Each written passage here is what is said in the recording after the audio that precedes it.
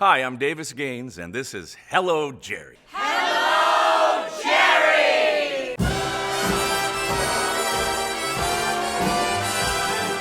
I had the great privilege and honor to be cast in a production of Hello, Dolly with the great Carole Channing. I played the part of Cornelius Hackle. I had to go to Jerry to audition, and I walked up the long 5 flights of stairs to his solarium where his piano was. And I walked in, and there was Carole Channing and Jerry Herman. And I had to sing It Only Takes a Moment from Hello, Dolly. Happily and luckily, I got the role, and I got to tour with the show for 6+ months with Carole Channing. The hardest part about this whole experience is that every single Jerry Herman song that he wrote is a hit. This show could actually go on for 9.5 hours, and it might. I had the opportunity to work with Jerry. Thrilling experience. I was cast as Mabel Normand in Mac and Mabel right after it closed on Broadway.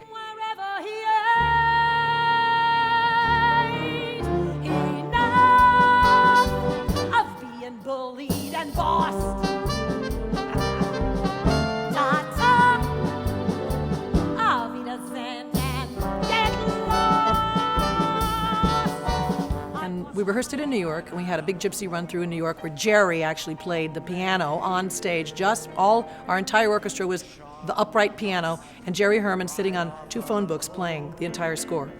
I'll never forget that as long as I live. You've got the banjo strum and plucked it out of tune. When I was in college at UCLA, some actor friends took me down to the beach to meet Jerry Lawrence, who was the writer of Mame, and Jerry Herman was there, and everybody was drunk in margaritas and singing Mame on the beach. It was a wonderful time. You make the cotton easy to pick, Jerry is a doll. I've worked with him many times. My mother did the movie of Mame, so during that whole period I got a chance to really spend some time with him. I've done Dear World, a production of Dear World off Broadway in New York with Tyne Daly. You know, it was just incredible to get a chance to work on that material that is never done. I mean, Dear World is hardly ever performed, and that's really one of Jerry's best scores. And all at once, I'm beautiful again. My very first Broadway show was the first revival of Hello, Dolly with Carole Channing. I played Minnie Fay, and we did a 9-month pre-Broadway tour and then opened on Broadway. And back in those days, the paper came out the next day with the review of the show. I'll never forget what it said. Davis Gaines rivaling even the great Channing for attention. So I knew that either I was going to be fired or it could go either way. So I took the long walk to Carole's dressing room, and I opened the door. She was getting all her made up for Hello, Dolly. And she goes, "Davis." I said, "Yes." She goes, "I read the review." And I said, "Oh, great, great. I've already called Jerry." And I thought this was it. And I told him about the review, and we are so thrilled that you're on our tour. And I said, thank God I made it through that moment. You know, everybody wants to sing Jerry Herman music. It's so great. And then I finally got to play Dolly Levi a couple years ago. hello, Dolly, well, hello. The show is very deceiving. I expect, oh, that old warhorse, but he's very deft with his lyrics and music, and you really have to pay attention. Carole Channing, to me, is one of the living icons that has been a part of the theater scene for so many years. I idolized her as a kid.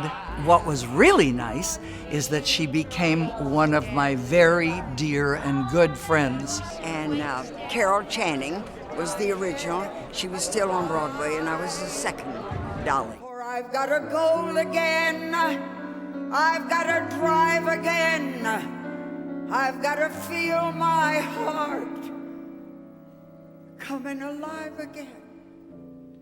Oh, Jerry Herman is, he's like the grandfather of musical theater, right? Movies, what movies, what movies, when I ran the show! He's written some of the biggest shows ever. And I had a great opportunity to do Le Cage once. I got to play the son, Jean-Michel. I came to Jerry as a performer for the first revival of Le Cage aux Folles. Your life is a sham.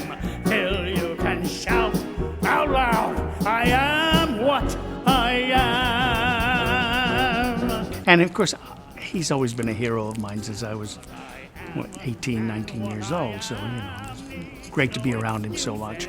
And because we had a long rehearsal period, I got to really talk to him. And he's a great guy.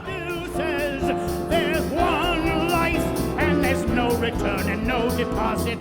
One life, so it's time to open up your closet. I did the revival in 2011 of La Cage aux Folles. I played Jacqueline. And I think what touched him most about that particular production was that when it was originally done in 1983, that was a love story that really couldn't be told between two men. It was told, but it was told in a kind of a story-like way, almost like these weren't real people, maybe, In 2011, it could be told. These were strong, virile men who loved each other, and that really, really moved Jerry deeply. It came full circle for him, I guess is the point. If music is no longer lovely, if laughter is no longer lilting, if no longer loving, then I don't want to know. I first met Jerry back in 1978.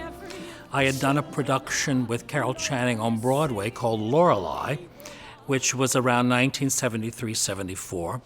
And a couple years after that, I got a call from Carole Channing, and she said, "Hello, Leroy, it's Carole. Carole Channing, like I didn't know."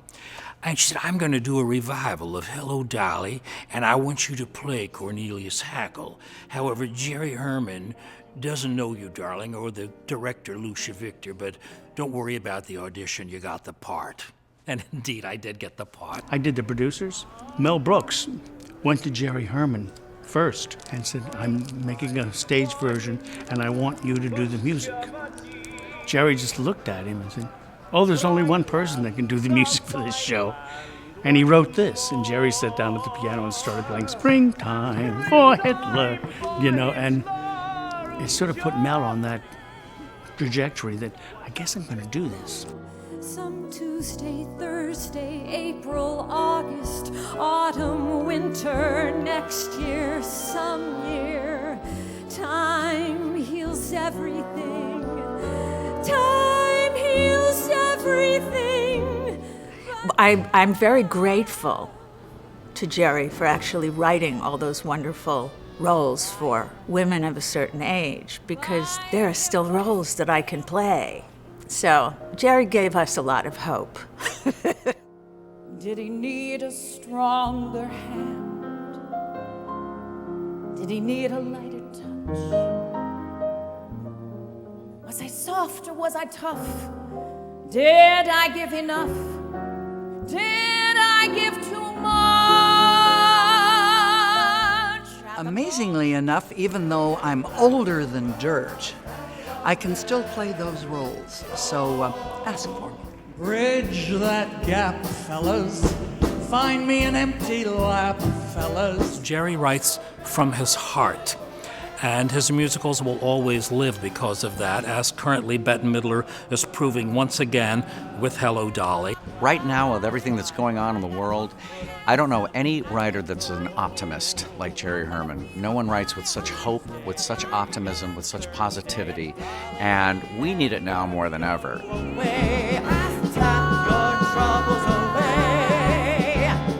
You can take one song out of any of Jerry's scores, and it works by itself with just a piano. The songs make me happy. They bring me joy. For today, the world is ripe as a peach. It's gonna be mine till I reach 110. But this type of Broadway music, of theater music, is almost vanished now. A well-constructed song, a melody, that doesn't exist now. And lyrically, it works. You understand it. It makes you feel. I'll tell you what people love. They can go out of the theater humming the songs. I think that his melodies are just unlike anything else. I mean, they're so brilliant, they're so catchy, and they're so deceivingly simple. My arms felt sure and strong. It only takes a moment to be loved. they sound simple. You can pick them up, and then you start studying them, and you go, "Oops, that's not the note." He's really a genius. What a great feel-good show La Cage is, and I think that's true of most of his shows. You go away just with a smile on your face, humming the tunes, some of the greatest music ever written for the Broadway stage. Jerry Herman, he's the guy. And I think he's a genius, and I know Julie Stein, who was one of our great composers, once said to me that he felt that Jerry Herman was the Irving Berlin of his generation. And I don't think you could get a better thing said about you. It's glorious, glorious to sing Jerry's songs.